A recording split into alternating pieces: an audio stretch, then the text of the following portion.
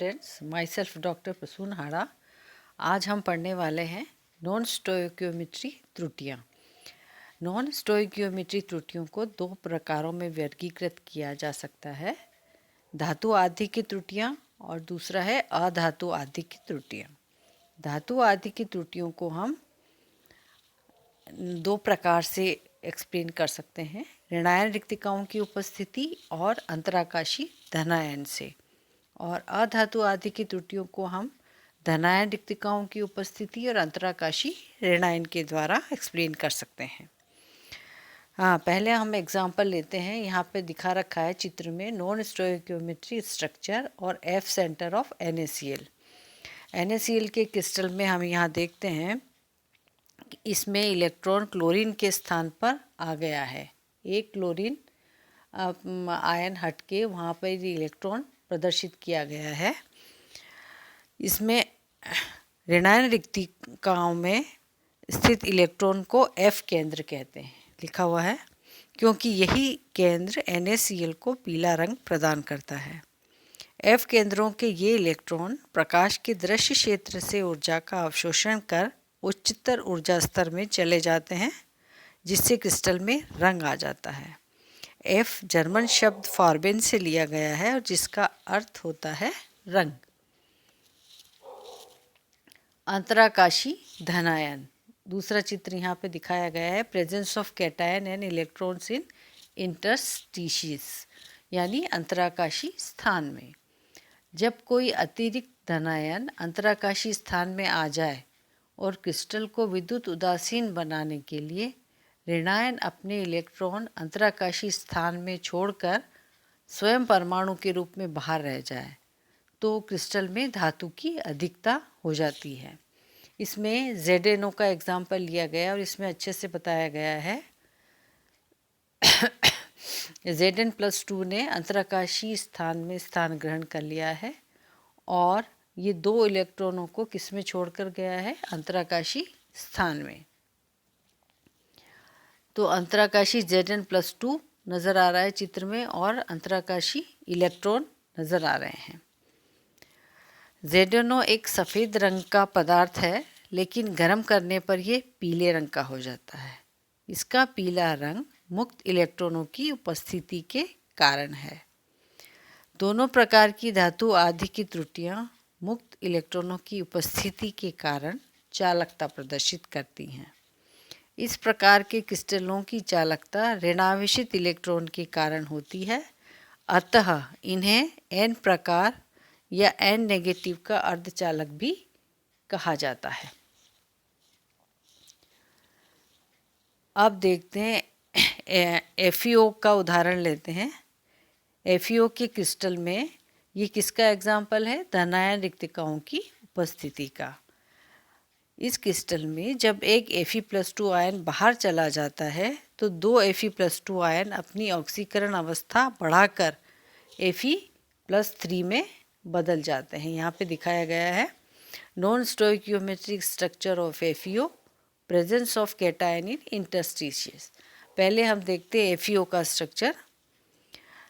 एक Fe+2 ion बाहर आ गया है तो दो Fe+2 आयन अपनी ऑक्सीकरण अवस्था बढ़ाकर Fe+3 में बदल गए, यहाँ दर्शाया गया है, जिससे कि क्रिस्टल की विद्युत उदासीनता बनी रहे।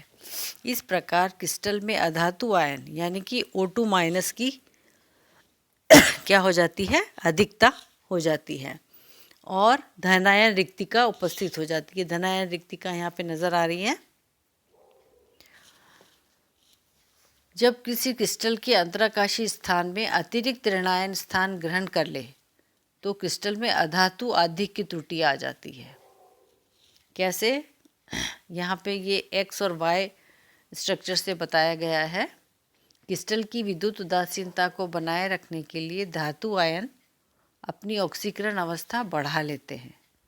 इस प्रकार की त्रुटि वाला कोई भी क्रिस्टल अभी तक ज्ञात नहीं है, क्योंकि ऋणायन जो है अपने बड़े आकार के कारण अंतराकाशी स्थान में फिट नहीं हो सकता है।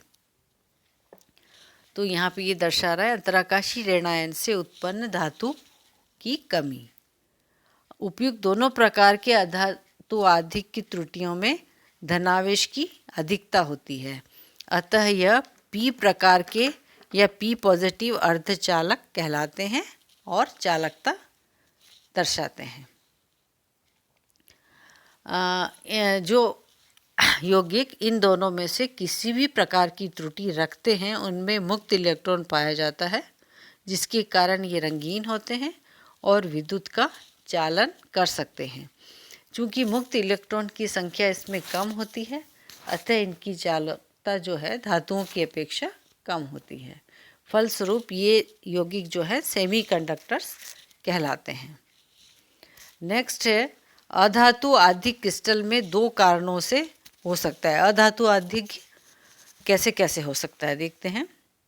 धनायन के स्थान पर रिक्तिका।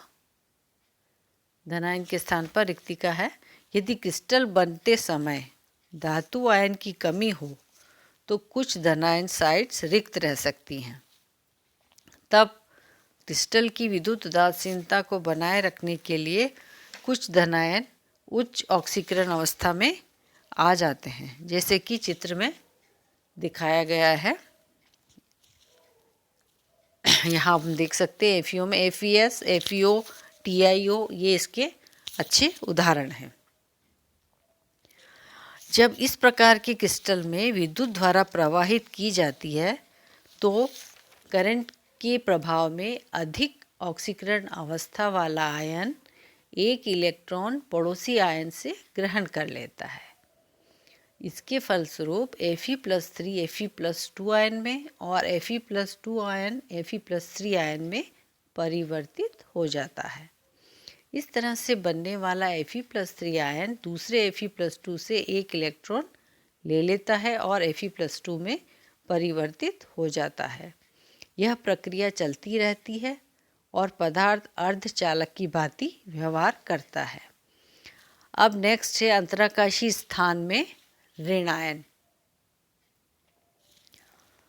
अधातु आयन के आधिक्य में होने का दूसरा कारण ये है कि ऋणायन अंतराकाशी स्थान में आ जाए और आवेश संतुलन के लिए धनायन से एक इलेक्ट्रॉन निकल जाए और उसका आयनिक आवेश बढ़ जाए। लेकिन ऋणायन के बड़े आकार के कारण ये अंतराकाशी स्थान में नहीं समा सकते। इस प्रकार के यौगिक ज्ञात नहीं हैं। नेक्स्ट है मेटालिक बॉन्ड यानी धात्विक बंध। पदार्थों के गुण उनमें उपस्थित बंध की प्रकृति के कारण होते हैं। धातुओं के कुछ महत्वपूर्ण गुणधर्म निम्न हैं।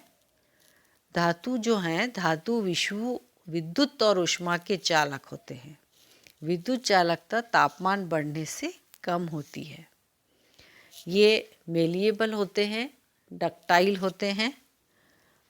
मेलिएबल यानी कि ये पतली चादरों में बदले जा सकते हैं और डक्टाइल यानी तन्य होते हैं, अर्थात पतले तारों में परिवर्तित किए जा सकते हैं। इनके गलनांक और कथनांक अधिक होते हैं। ये अवाष्पशील और कठोर पदार्थ होते हैं जिनका उच्च घनत्व होता है। धातु परमाणु अभिक्रिया के दौरान अपने संयोजी इलेक्ट्रॉन को खोने की प्रवृत्ति रखते हैं। ये संयोजी इलेक्ट्रॉन न्यूक्लियस के द्वारा दुर्बल बलों द्वारा आकर्षित रहते हैं। धातुओं की कैरेक्टरिस्टिक प्रॉपर्टीज़ साधारण बंधों जैसे कि सहसंयोजक, आयनिक और वांडर वाल्स बलों द्वारा नहीं समझाई जा सकती है। बंधों की प्रकृति के बारे में महत्वपूर्ण सूचनाएं निम्नलिखित बिंदुओं से मिलती हैं। यदि वांडर वाल्स बलों को धातु परमाणुओं में बाइंडिंग फोर्स माना जाए तो उच्च घनत्व, उच्च मेल्टिंग पॉइंट और बॉइलिंग पॉइंट्स, कठोरता आदि गुणधर्मों को हम नहीं समझा सकते। दूसरा है आयनिक और सहसंयोजक बंध जिन क्रिस्टलों में पाए जाते हैं जैसे कि NaCl, डायमंड, बोरॉन, इनके मेल्टिंग पॉइंट्स और बॉइलिंग पॉइंट्स उच्च होते हैं। लेकिन धातुओं के कुछ ऐसे गुणधर्म और भी हैं जैसे कि कंडक्टिविटी, मेलिएबिलिटी, डक्टिलिटी, इन सभी को इन बंधों के द्वारा नहीं समझाया जा सकता है। धातुओं में आयनिक और सहसंयोजक बंध की उपस्थिति इलेक्ट्रॉनिक विन्यास और विद्युत ऋणता के दृष्टिकोण से असंगत प्रतीत होती है, क्योंकि समान विद्युत ऋणता के धातु परमाणु के बीच इलेक्ट्रॉन की स्थानांतरण से स्थायी धनायन और स्थायी ऋणायन का बनना असंभव सा प्रतीत होता है। दो परमाणुओं के बीच इलेक्ट्रॉन के शेयरिंग से, मतलब एक ही तत्व के, किन दो परमाणुओं के बीच में, एक ही तत्व के दो परमाणुओं के बीच इलेक्ट्रॉन के शेयरिंग से सहसंयोजक बंध का बनना एक सुसंगत या परफेक्टली संगत कहा जा सकता है। That's all. थैंक